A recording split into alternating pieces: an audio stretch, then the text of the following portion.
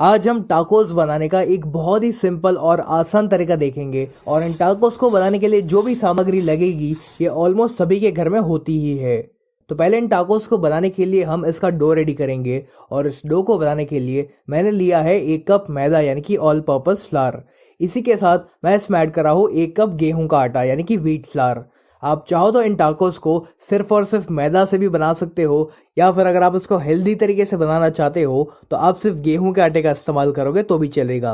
अब इसी में हमें ऐड करना है नमक। तो मैंने तकरीबन 1 बड़ी चम्मच नमक का इस्तेमाल किया हुआ है। आप अपने टेस्ट के अकॉर्डिंग नमक की मात्रा कम या ज्यादा कर सकते हो। फिर इसमें जाएगा 2 बड़ी चम्मच तेल। मैंने इसमें रिफाइंड ऑयल का इस्तेमाल किया हुआ है। आप किसी भी ऐसे तेल का इस्तेमाल मत करिएगा जिसका एक बहुत ही स्ट्रॉन्ग फ्लेवर हो। अब बस हमें इसमें थोड़ा थोड़ा पानी ऐड करते जाना है और इसका हम एक सॉफ्ट डो बनाएंगे। तो ज़रूरत के अनुसार आप इसमें थोड़ा थोड़ा पानी ऐड करते जाइए और इस डो को आपको अच्छे से गूंथना है। तो ये जो टाकोस की रेसिपी मैं आपके साथ शेयर कर रहा हूँ इसको मैंने जितना सिंपल हो सके ना उतना सिंपल रखा हुआ है ताकि आपको इसको बनाने में ज़रा भी दिक्कत ना आए। जब ये डो इस प्रकार से एक बार जुड़ने लगे तब आपको इस डो को लगातार 2 से 3 मिनट के लिए मसलना है ताकि ये एकदम ही स्मूथ हो जाए। चलिए अपना ये जो डो है ये रेडी हो चुका है।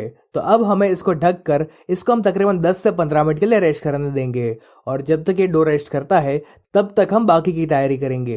तो अब एक पैन में आपको लेना है 2 से 3 बड़ी चम्मच तेल और तेल जब अच्छे से गर्म हो जाए उसके बाद हमें इसमें ऐड करना है एक प्याज और इस प्याज को मैंने लंबा लंबा कट कर लिया था। अब इस प्याज को हमें तब तक फ्राई करना है जब तक ये थोड़ा सा ब्राउन नहीं हो जाता। आप चाहो तो इसमें इस समय पर बिल्कुल थोड़ा सा नमक डाल सकते हो ताकि जो प्याज है ये फटाफट से ब्राउन हो जाए। इस तरह से प्याज को फ्राई करने से इसका जो फ्लेवर है ना वो और बेहतर हो जाता है। चलिए अब ये जो प्याज है ये ब्राउन हो चुका है तो अब हम क्या करेंगे कि इस पैन में से इस प्याज को बाहर निकाल लेंगे और जो एक्स्ट्रा ऑयल बचा हुआ है उसको आप साइड पर निकाल लीजिए या फिर इसी पैन में आप रख सकते हो क्योंकि वैसे भी हमें थोड़ी देर के बाद इसमें रोटी वगैरह सेकनी है। अब आपको लेना है 4 से 5 उबले हुए आलू और इन आलूओं को हमें पहले ग्रेट करना है। आलू को हम ग्रेट इसलिए कर रहे हैं ताकि इसमें आलू के कोई भी बड़े बड़े टुकड़े ना रह जाए। चलिए मैंने सभी आलूओं को ग्रेट कर लिया है। तो अब जो प्याज को हमने फ्राई करके रखा हुआ था वो हमें इसमें ऐड करना है। अब इसी के साथ मैं इसमें ऐड कर रहा हूँ 1 बड़ी चम्मच चिली फ्लेक्स। यदि आपके पास चिली फ्लेक्स ना हो तो आप लाल मिर्च पाउडर का इस्तेमाल कर सकते हो या फिर यदि आपको चिली फ्लेक्स घर पर बनानी है तो आप थोड़ी सी सूखी लाल मिर्च लीजिए और उनको मिक्सी में डाल के ग्राइंड कर लीजिए और आपकी जो चिली फ्लेक्स है वो रेडी हो जाएगी। चिली फ्लेक्स की मात्रा कितनी रखनी है ये आप अपने पसंद अनुसार कम या ज़्यादा कर सकते हो। अब इसी के साथ मैं इसमें ऐड कर रहा हूँ आधा छोटी चम्मच काले मिर्च पाउडर यानी कि ब्लैक पेपर पाउडर। फिर इसमें एक चटपटा टेस्ट लाने के लिए मैं इसमें ऐड कर रहा हूँ 1/4 छोटी चम्मच चाट मसाला। चाट मसाला की जगह पर आप इसमें थोड़ा सा नींबू का रस भी डाल सकते हो। फिर मैं इसमें ऐड कर रहा हूँ स्वाद अनुसार नमक। तो मैंने 1 छोटी चम्मच नमक का इस्तेमाल किया हुआ है। एक बात का ध्यान रखें कि आपको इसमें बहुत सारा नमक नहीं डालना है क्योंकि हमने इसमें चाट मसाले का भी इस्तेमाल किया हुआ है। अब सबसे आखिर में हम इसमें ऐड करेंगे थोड़ा सा कोरिएंडर यानी कि धनिया और फिर इन सभी को हम एक बार मिक्स करेंगे। चलिए अपना ये जो स्टफिंग है ये भी रेडी हो चुका है और हमारे डो को भी रेस्ट किए हुए तकरीबन 10 से 15 मिनट हो चुकी है। तो इस डो को हम वापस 1 मिनट के लिए मसलेंगे और फिर आपको क्या करना है कि इस डो को आपको 2 बराबर बराबर हिस्सों में डिवाइड करना है और अब किसी भी एक फ्लैट सरफेस के ऊपर या फिर एक चकले के ऊपर आपको थोड़ा सा मैदा या फिर गेहूं का आटा छिड़कना है और इसके ऊपर इस डो को रख कर हमें इसे रोल करना है।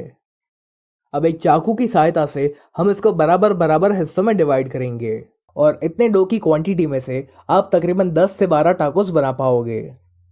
अब इस डो को हाथों में रखकर आपको इसको एक गोल शेप देना है और फिर एक चकले के ऊपर आपको वापस थोड़ा सा मैदा या फिर गेहूं का आटा छिड़कना है और इसके ऊपर हम इस बॉल को रखेंगे और इसको हमें इस मैदा या फिर गेहूं के आटे में अच्छे से डस्ट करना है। फिर एक बेलन की सहायता से हम इसको बेलेंगे लेकिन ध्यान रहे कि आपको इसको ना ही बहुत ज़्यादा मोटा बेलना है और ना ही बहुत ज़्यादा पतला बेलना है। तो जैसे कि आप देख रहे हो कि इसको मैंने बेल लिया है और इसकी थिकनेस मैंने इतनी रखी हुई है और ठीक इसी प्रकार से आपको बाकी सारी रोटी को भी बनाकर रेडी करना है। जब सारी रोटी बनकर रेडी हो जाए तब हम उनको सेकेंगे। तो इनको सेकने के लिए आप तवा को एक बार अच्छे से गर्म कर लीजिए और फिर आपको इन रोटियों को हाई फ्लेम पर ही सेकना है। अभी फिलहाल आपको इस रोटी को पूरी तरीके से नहीं सेकना है, इनको बस हम कच्चा पक्का सेकेंगे क्योंकि इन रोटी को हम दूसरी बार भी सेकने वाले हैं। तो इसलिए इन रोटी को आप हाई फ्लेम पर इस तरह से पलट पलट कर फटाफट से सेक लीजिए। और इनको आपको तब तक सेकना है जब तक इस रोटी के ऊपर हल्के से बबल्स नहीं आ जाते।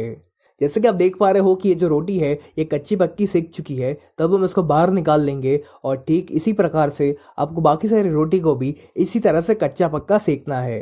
अब आपको क्या करना है कि इस रोटी के ऊपर आपको डालना है थोड़ा सा टोमेटो केचप।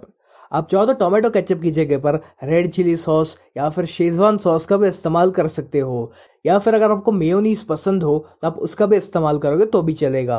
अब इस टोमेटो केचप को हम इस रोटी के हर तरफ इवनली स्प्रेड करेंगे। अब जो आलू का हमारा स्टफिंग था उसको हमें इसकी एक साइड पर रखना है और इसको हम इवनली स्प्रेड कर लेते हैं। इस आलू के स्टफिंग को आपको रोटी की हर तरफ स्प्रेड नहीं करना है, इसको हम रोटी की सिर्फ एक तरफ ही स्प्रेड करेंगे। अब इस स्टफिंग के ऊपर हम ऐड करेंगे थोड़ा सा चीज़। तो मैंने मोज़रेला चीज़ का इस्तेमाल किया हुआ है, आप चाहो तो प्रोसेस चीज़ का भी इस्तेमाल कर सकते हो। और चीज़ की मात्रा कितनी रखनी है ये भी आप अपने पसंद अनुसार कम या ज़्यादा कर सकते हो। और बस इस रोटी को हम इस तरह से इसके ऊपर रख देंगे और इसका हमें हल्का सा प्रेस भी कर लेना है ताकि इसमें चिपक जाए। चलिए, अपना ये जो टाकोस है ये ऑलमोस्ट रेडी हो चुका है और इसी तरह से आपको बाकी सारे टाकोस को भी बनाकर रेडी करना है। तो जब आपके घर पर गेस्ट वगैरह आ रहे हो तो आप इन टाकोस को इस तरह से रेडी रख सकते हो और बस फिर आपको एंड टाइम पर उसको सेकना है और सर्व करना है। तो मैंने इस तरह से सारे टाकोस रेडी कर लिए हैं। तो अब उसी पैन में मैं ऐड कर रहा हूँ थोड़ा सा बटर। अब बटर की जगह पर ऑयल का भी इस्तेमाल कर सकते हो, लेकिन मैं रेकमेंड करूंगा कि अब बटर का ही इस्तेमाल करें क्योंकि बटर का इसमें बहुत ही बढ़िया सा फ्लेवर आता है। बटर जब मेल्ट हो जाए तब आपको इस टाकोस को इसमें रखना है और इनको हम स्लो फ्लेम पर ही सेकेंगे ताकि ये बहुत ही ज़्यादा क्रिस्पी बन सके। यदि आप इसको हाई फ्लेम पर सेकने जाओगे तो ये फटाफट से ब्राउन तो हो जाएगा लेकिन उतना क्रिस्पी नहीं बन पाएगा। तो यदि आप भी अपने टाकोस को बहुत ही क्रिस्पी बनाना चाहते हो तो इनको स्लो या फिर मीडियम फ्लेम पर ही सेके। थोड़ी देर बाद आप इसको पलट लीजिए और ठीक इसी प्रकार से आपको इसकी दूसरी साइड को भी सेकना है। जब दोनों साइड्स अच्छे से सेक जाए तब हमें इसकी नीचे की साइड को भी सेकना है। तो 2 चम्मच की सहायता से आप इसको इस तरह से सेक सकते हो। चलिए, हमारा ये जो टाकोस है ये हर तरफ से अच्छे से सेक चुका है, तब हम इसको बाहर निकाल लेंगे।